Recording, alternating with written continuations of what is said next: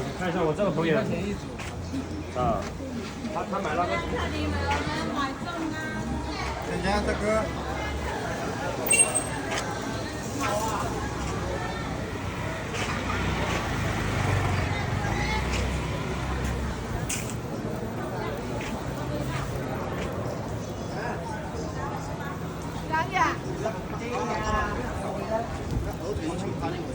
他刚才买的是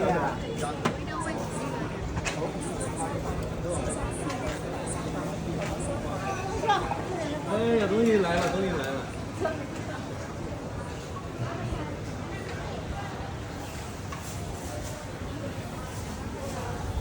ভিডিওগুলো আপলোড করে দিতে হবে।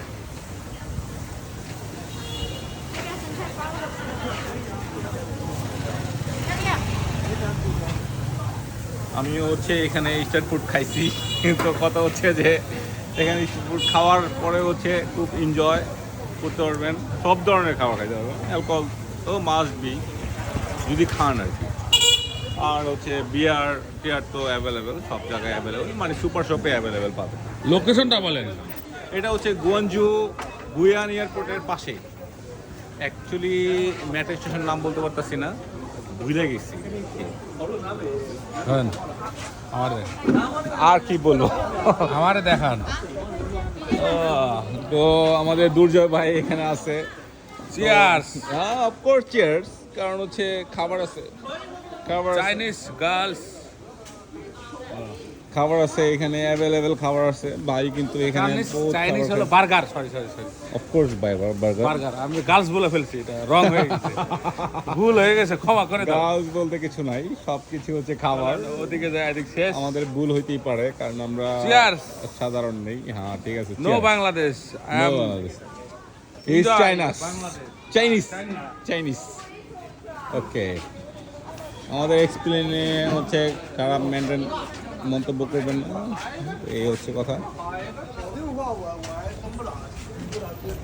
আর এখানে একটা বড় জিনিস হচ্ছে যে আপনার পুলিশের যে প্রবলেমটা, এটা কিন্তু নাইট লাইট। এরা আসলে পর্যবেক্ষণ করে, আমিও দেখি নাই। এটা হচ্ছে সিসি ক্যামেরার মাধ্যমে এটা পর্যবেক্ষণ করে, যদি তারা মনে করে যে আপনি ক্রিমিনাল অ্যাক্টিভিটিতে জড়িত হচ্ছেন, তাহলেই হচ্ছে তারা আপনার হচ্ছে আপনাকে খোঁজখবর নিবে, তারপরে হচ্ছে তারা ইয়া করবে। এই হচ্ছে ব্যাপার। এখানকার সিস্টেমটা আমার কাছে খুবই ভালো লাগছে, যে মানে চাইলেই হচ্ছে আপনি যেই কাউকে হচ্ছে তারা হ্যারাসমেন্ট করবে না, এক কথায়। মানে আমার আমি যে জিনিসটা পাইছি আর কি। তো আপনারা নিঃসন্দেহে চায়না আসেন, চায়নার যে ভিডিওটা না রিপোর্ট করবে না। যদি আপনাদের এই ব্যাপার নিয়ে আমি আমার চ্যানেলে একটা ভিডিও আপলোড করেছি, যেটা আপনি দেখলে বুঝতে পারবেন চায়না কীভাবে ঢুকতে হয়। ওটা ফলো করলে আশা করি আপনাদের কারোর প্রবলেম হবে না। মানে হচ্ছে আমার চ্যানেলের নাম হচ্ছে জেএইচ ব্লগ, ওইটাতে দেখলে আপনি বুঝতে পারবেন। তো এখানে হচ্ছে অনেক ধরনের খাবার পাওয়া যায়, চিকেন, মাটন, তারপরে মিট, ফল ফ্রুট তো থাকবেই। হ্যাঁ আমি ভিডিও করতেছি, আপনি নিঃসন্দেহে নো নো নো।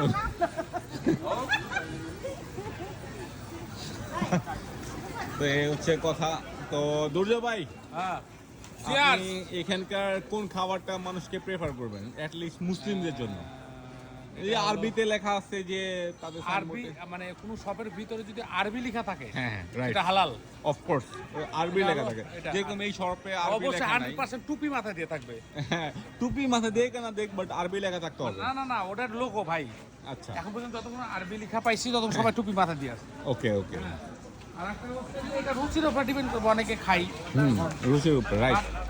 আমি মনে করবো যে এটা বাংলাদেশে যেমন আমরা ন্যাচারাল ভাবে সবকিছু পাই, হ্যাঁ হ্যাঁ, এটা পাওয়াটা সোটাপ। তবে একটা জিনিস সবচেয়ে পাবেন, সেটা হচ্ছে যে যদি বাংলাদেশি কোনো ভাই পরিচিত হয়, আপনারা তার সাজেস্ট নেবেন, সেটা এনজয় করবেন। অফকোর্স।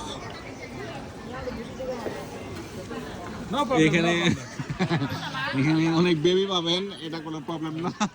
এরা এখানকার হচ্ছে কালচার ধরে রাখছে। আসলে ব্যাপার হচ্ছে যে এটা এখানে থাকে। এই যে শামু। Hello friend, how are you? এটা হচ্ছে চিলি, আর হচ্ছে যে কি বলে গার্লি, আর হচ্ছে যে এই chilli garlicky spicy, same like that. এই হচ্ছে কথা। তো মজা আছে।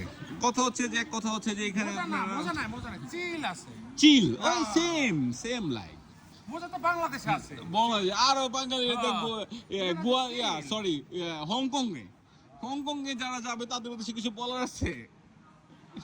হংকং এ যারা যাবে তারা ওই যে বউ বিক্রি করে খায় না, ওটার একটা উদাহরণ আছে, বউ বিক্রি করে কিভাবে খায়। হংকং এ যাবেন, বউ বিক্রি হয়ে যাবে। আচ্ছা মানে এক কথা হচ্ছে যে হংকং এ গেলে হচ্ছে আপনাদের ফ্যামিলি স্বজনের আত্মীয় স্বজনের নাই হয়ে যাবে। কেন এই কথা বললাম? চাচা তো ভাই সবাই হচ্ছে। হ্যাঁ, এই কথা বলার একটা বড় যুক্তি এটাই হচ্ছে যে আপনি ওখানে যাবেন, ওখানে যায় 10 বছর 12 বছর থাকবেন। যোগ্যতা আছে, আমার যোগ্যতা প্রমাণ করার আছে। আমি কেন চুরি করব? অফকোর্স না, তারপর সবার কিন্তু একই ক্যাপাবিলিটি থাকে না। বাংলাদেশের কিছু মানে ননসেন্স ক্যাটাগরির নাগরিকের জন্য আমাদেরও যারা আমরা টুরিস্ট তাদের জন্য মানে ছাপার করতেছি, আমাদেরকে প্রশ্ন করে যে কেন আসছেন। আচ্ছা, আমি এতগুলো কান্ট্রি ভিজিট করা, তারপর আমাকে প্রশ্ন করে যে কেন আসছেন। এটাই আশ্চর্য। আমি মনে করি যে যারা অটো চালায় তারা হচ্ছে যে এই 2-1 লাখ টাকার চোখের দেখে দিয়ে বলে কি যে আমি যাব হচ্ছে যে কোরিয়া, চায়না, আমেরিকা। আরে বেটা, তুই অটো চালা। হ্যাঁ, তুই এই পাসপোর্ট কেন করতে গেছিস? বাংলাদেশে পাসপোর্ট যারা করে, যারা আগারগাঁয়ে যারা পাসপোর্ট সেনাবাহিনীর দায়িত্বে আছে, তাদেরকে বলবো যে আপনারা প্লিজ এই দেখে শুনে পাসপোর্টটা দিয়ে, এদের জন্য আমরা সাফার হচ্ছি না। সাফার হইলো এখন দেখেন সবার কিন্তু একই ক্যাপাবিলিটি থাকে না। না আমার কথা হচ্ছে ওয়ার্ক পারমিট নিয়ে যাক। না, ওয়ার্ক পারমিট তো সবাই দেয় না। সো দেখেন ওয়ার্ক পারমিট কথা বলতে ওকে বলছে যে চাচাতো ভাইয়ের নাম কি, ও বলে ফেলছে যে ওর বাপের চাচাতো ভাইয়ের নাম। না, তাহলে হবে না। এইখানে একটা প্রবলেম, কারণ হচ্ছে সবাই তো বলতে পারবে না। কারণ হচ্ছে এরা আমাদের গ্রামের থেকে আসছে, এরা ভালো একটা কান্ট্রিতে যাবে, এরা ওখানে সেটেল হবে, ওখানে টাকা কামাবে, লাখ লাখ টাকা কামাবে। ওইখানে হচ্ছে এজএলএম মারলে হচ্ছে আপনার ইনকাম, প্রচুর ইনকাম, কারণ তারা সরকার থেকে আপনার খাওয়া থাকা সব কিছু দিবে, তারপরে হচ্ছে আপনি ইনকাম করবেন যেটা, সেটা আপনার থাকবে। সো সব মিলিয়ে আপনার প্রফিট।